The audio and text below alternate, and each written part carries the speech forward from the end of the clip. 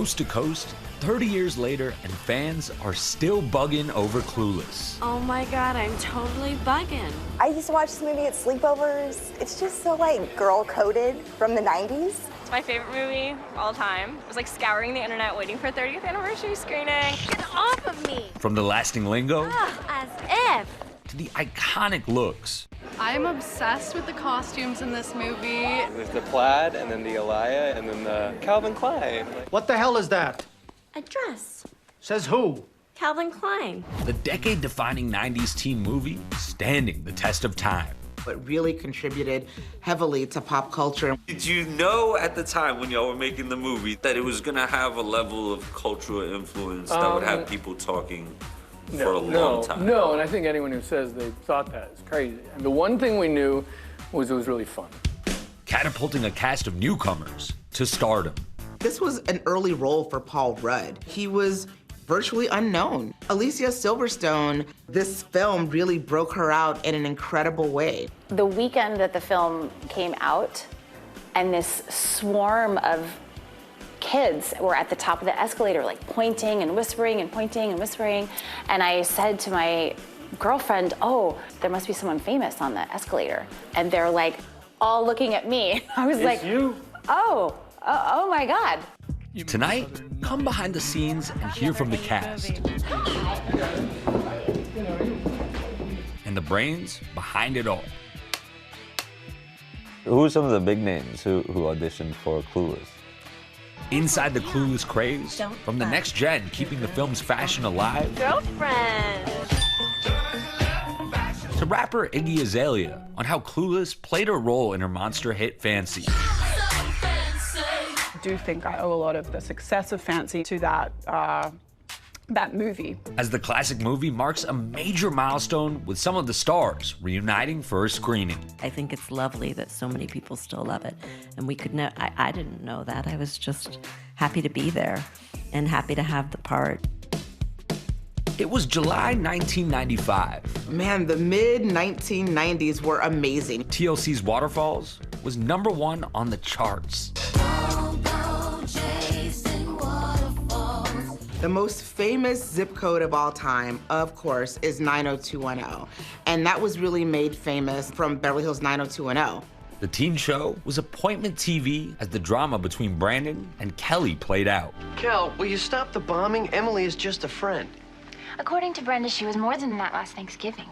Clueless only made us more fascinated with the Beverly Hills teen. Writer and director Amy Heckerling comes up with an idea. Take Jane Austen's Emma and give the character a 90s spin. This time the matchmaker, Cher Horowitz, set in a Beverly Hills high school. Clueless is about a wealthy teen girl who is very socially aware about her status, and she decides one day that she wants to do good things for people around her. It's a character that a lot of people would normally have a problem with. In fact, Jane Austen said, I've written a character that I think no one will like but myself. And when I was thinking of writing something, and I thought of like, in Gentlemen Prefer Blondes, there's Laura Lee, who's so sure all the men in the world are in love with her.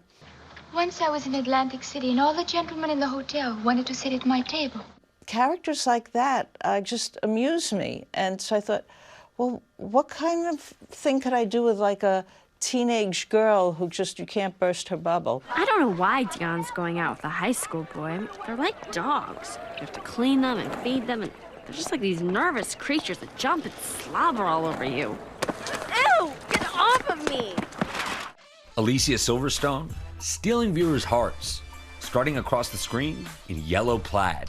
You have Cher, who is kind of the queen bee, a little bit snooty, very well put together. You have Dion, who is, much more kind of sassy and fun. You have Ty, who kind of has this soul makeover done by Cher. In Clueless, not only does Amy expertly give us these fully developed female characters, but she also gives them a perspective and a voice. And she does that with younger female characters. We had never really captured rightly what it was like being a teenager in the 1990s until Clueless came around. First thing I do is I put on my blinker. Oh, wait. Okay. Watch the road, watch the road! All right. Stacey Dash making Dion shine. I was a teenager when Clueless came out, and to see a black high school student wearing braids and having the friendship circle that she had, in a lot of ways, I felt like I was looking at a reflection of my own life. Donald Faison plays Dion's boyfriend Murray, and the late Brittany Murphy playing Ty, the new girl at school. She is just like this cute, adorable, energetic, completely soulful, wonderful person who's also an amazing actress. And yet the one line that like totally like makes me go, ugh, is when she goes, "You're a virgin who can't drive." And I get chills with the way she did it. I was like, why am I even listening to you to begin with? You're a virgin who can't drive. Oh, that was way harsh, Ty. Elisa Donovan's Amber, Cher's frenemy and fashion rival. She is the type of girl that spent the weekend maybe in Paris at the fashion shows and then comes back and wears that to English class. But she's also a little bit jealous of Cher. Do you have any favorite scenes from the movie? I mean, balls flying at your nose, that is something that people ask me to say all the time. My plastic surgeon doesn't want me doing any activity where balls fly at my nose. Well, there goes your social life.